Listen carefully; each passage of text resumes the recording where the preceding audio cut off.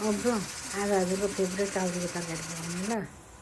अब हेर्ने काउलीलाई यसरी राम्रो पारेर चाना काट्ने ठिक्कको अनि धुने धोएर अनि यहाँ पखाल पोखल पार्ने। अनि यो आलु र टमाटर चाहिँ मेरो यो फ्रोजन है, आलु उसिनेको हो, टमाटर फ्रोजन हो है। अनि काट्ने ठिक्क अनि तेल हाल्ने, यता कुकर तातेपछि अनि मसला सरी आलु हाल्ने। आलु हालेपछि बेसार नुन हाल्ने अनि राम्रोसँग चलाउने।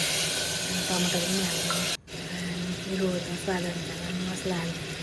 मसला हालिसकेपछि अदुवा, यसलाई अदुवा भन्दा कुनै पनि लसुन प्याज चाहिँदैन, अदुवा भए पुग्छ। राम्रोसँग चलाउने, राम्ररी घुमाइ चलाउने। अनि त्यसरी कुकरमा बिर्को लगाइदिने।